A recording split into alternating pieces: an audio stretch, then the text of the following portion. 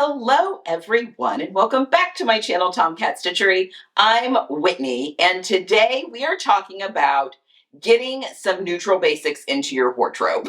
Get some sewn up and into your wardrobe, which is what I have done. But before we get into that, today is Friday and the Love Notions Feature Friday pattern is one of my favorites. It is the Tessa sheath dress.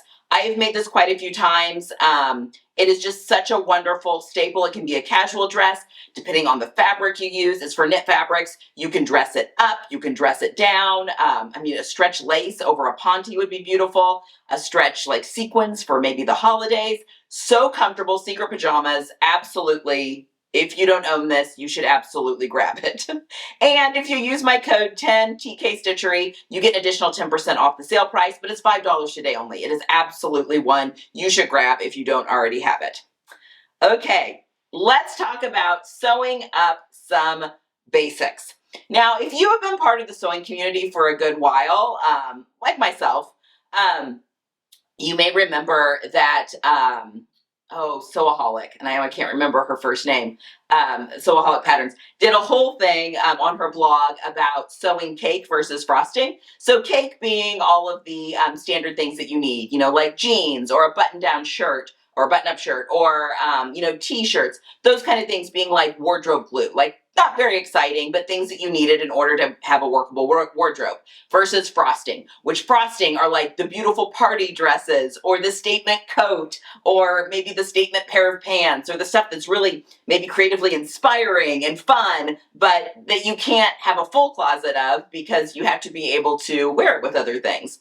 So I'm looking at this as some cake sewing. I have had the fabric for these two pieces since February. And I have had these two pieces on my to sew list and on my to sew videos since February. They just kept getting pushed, kept getting pushed.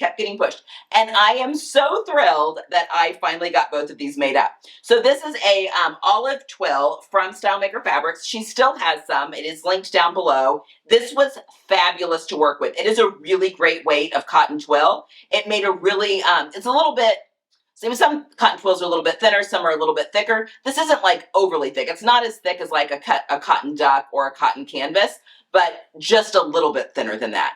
And not as heavy as like denim, I would say, like what I would make jeans out of, but close. And I'm not sure what the weight of this is, but it was lovely to work with. It pressed like a dream. I used a size 16 needle.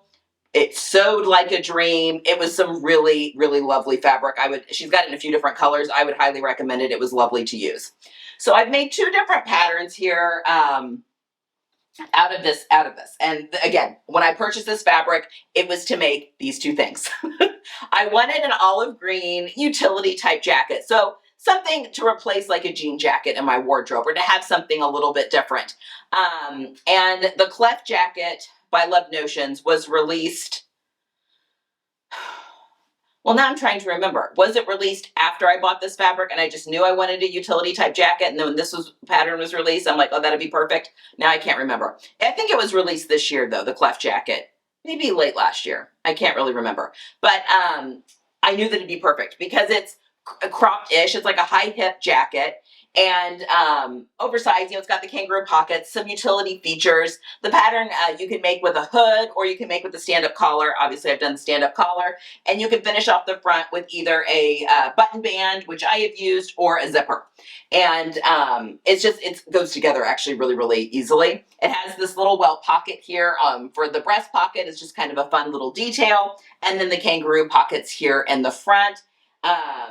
You can finish off the bottom with a drawstring or with elastic, and you can finish off the sleeves with elastic, or you can just leave them as is. I've chosen to use elastic on both the bottom edge of the coat as well as the bottom edge of the sleeve, and I'm just over the moon with it. I did a ton of top stitching because I wanted this to be kind of like denim jacket-ish without being a denim jacket, and I think I love it. So You can use bias tape to finish off the inside of the collar, and I totally did. Look at that fun little pop of color. That was some bias tape I just had in my stash. Absolutely love that. I did do the little welt pocket, and then I did snaps here in the front of the jacket as opposed to buttons, but you could do either. I actually received a press, so like a rivet or a button or a snap press for Christmas last year. I'm pretty sure I showed you guys, from my brother-in-law. He loves to buy me sewing tools. He loves to buy tools, period. And I have not used it that much, just a couple of times when I was bag making, because I just hadn't taken the time to, like, it intimidated me and I hadn't taken the time to figure it out. Well, friends, I have figured it out. I got some snaps purchased to go with the dies that came with the press, and I was nonstop on this whole entire, both the pants and the jacket. It made life so much easier. I'm absolutely in love with my little press. So I just went ahead and popped on some kind of a gunmetal gray or nickel kind of colored snap. I purposefully did not use the same colored hardware on the jacket as I did for the pants because I will not wear these together. So I didn't even want to, you know, I mean, I guess I could wear them together, but I'm probably not.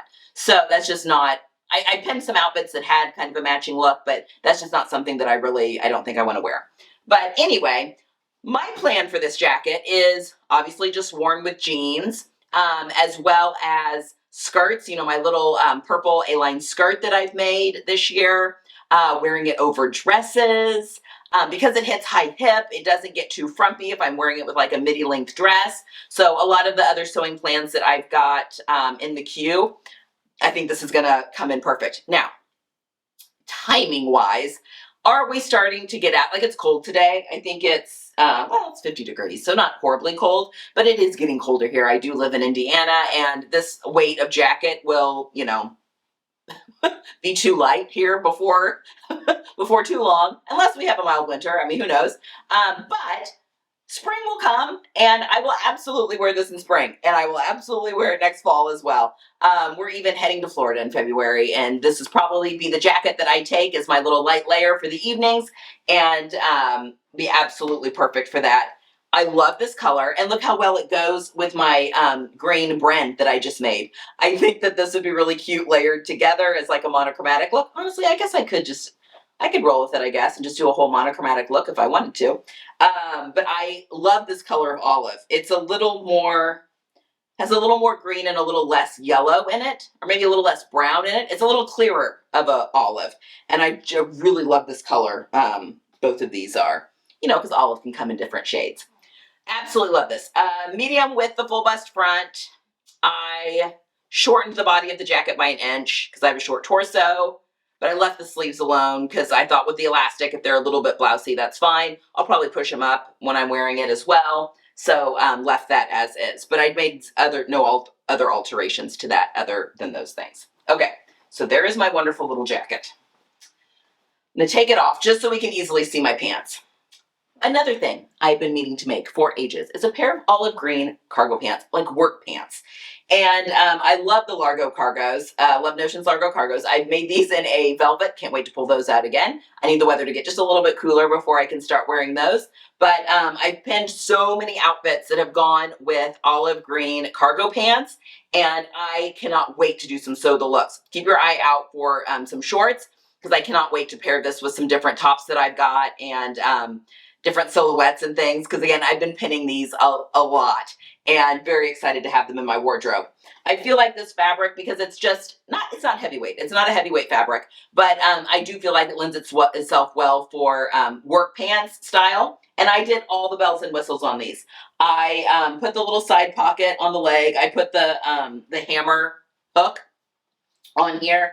I've done snaps for the top button here. I couldn't get, I mean, I have the zipper that's up inside the seam, and I remember that from last time that I needed to trim that down before it got up in there because it makes it really bulky in that seam, and I didn't. So anyway, I needed to do a snap, which was fine. I put rivets everywhere. I put them into, sorry, I have them pinned to the mannequin, so I can't take them off, but I have them on both ends of these angled pocket. I've got the snap and rivets on the side pocket, and I've got rivets on the back pockets on either side of the back pockets as well. All done with my rivet press. So much fun. Highly recommend. I've made the size 14 with the full belly. So this does come with a full belly adjustment already done for you. It's an option to choose, which is perfect if you carry just a little bit of weight here in the front, which I do. And it also helps if you are really straight through here, and so your waist measurement's larger than what your hip measurement is, because the full belly piece, because it's a faced waistband, increases the waist on that as well. So perfect. But I've made the size 14 with the full belly, and I didn't do anything with the length. I left it as is. I have taken a 2.5-inch hem at the bottom, which is more than the pattern recommends, for a couple of reasons. Number one, I like a real chunky hem on work pants like this. But number two, it is always, jeans, everything, they shrink up in length. And I don't want pants that are too short. So I want to leave the excess so that if I need to let a hem out, if these shrink up a little bit, I have plenty to do that while still keeping a chunky hem. So that's why I left that length alone. And I did that on my other pair of pants as well. And I've got some chunky sneakers that I've been wearing that elevate my body a little bit more. And I want a little bit longer pants for that. Now, it's got belt loops. It's a faced waistband. I find them so comfortable. I absolutely love these pants. Now, I did, and you're not going to be able to see it from here, which is fine.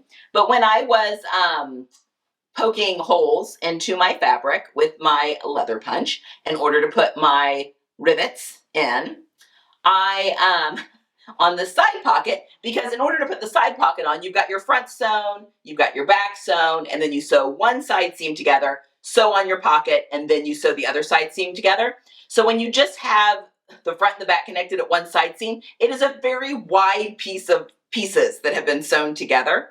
And number one, I accidentally got the hem of the pants caught up underneath, and I sewed the hem of the pants to the back of the pocket and didn't realize it. And then number two, when I was going in there and I thought I had everything all positioned because I was having to shove a lot of fabric into that punch to get to where I needed to go, I accidentally punched through like 5 layers of fabric. Now, the hem that was caught up, it wasn't a big deal because those little holes, and they're small. I use a very small punch because I don't want to make too much of a hole, just enough to force that rivet through. But it wasn't a big deal on the hem because that got taken care of when I hemmed everything up. You can't tell that. But it did put 2 holes into the front of my pants. So I have added some somewhat visible mending to close up those holes. And it, you know, I almost had a breakdown. I almost was in tears because I've wanted these pants for so long. And that relatively, you're over halfway through the project when I was at this point. But I'm like, you know what? These are workwear inspired pants. So visible mending like makes sense. Like I'm wearing a pair of jeans that are store bought right now, and you know they've got like little worn spots and stuff on them. So we're gonna lean into it. So my question for you is, I have 2 little spots of visible visible-ish mending here on the front. Do I just leave it as is, or do I do something maybe on another part of the other leg to kind of somewhat balance it out, like maybe at the knee or something to make it look a little bit more intentional? Or do I just leave it? Because if you were wearing a pair of work pants and they got worn, you're not going to tear holes and stuff evenly in them, chances are. What do you all think? Let me know down in the comments below what I should do. But regardless, I cannot wait to wear these. I can't wait to have them in my wardrobe. They've been waiting forever to join my wardrobe. So here's to olive green cargo pants. Okay, that is everything that I have got for today. Let this be your sign if you've also been putting off some neutral basics for your wardrobe to get those sewn up, because you're going to be so happy that you have them in your wardrobe and that you can now wear all of your frosting pieces with ease because you've got the basics to help balance them out. Okay, that's all I have for today, guys. I hope you're getting some sewing in. I have been doing a ton of sewing in the background. It has been phenomenal. Yes, I have been loving every single second of it. Also, check back in. Join the newsletter if you haven't already, because we have a big announcement that's coming on Tuesday, and newsletter subscribers, you know, you'll be notified and stuff of that on Tuesday. It'll also be in the video. So stay tuned for that. But I hope you get some sewing in this weekend. Take some time for some self-care at your sewing machine, and I'll see you guys again next week.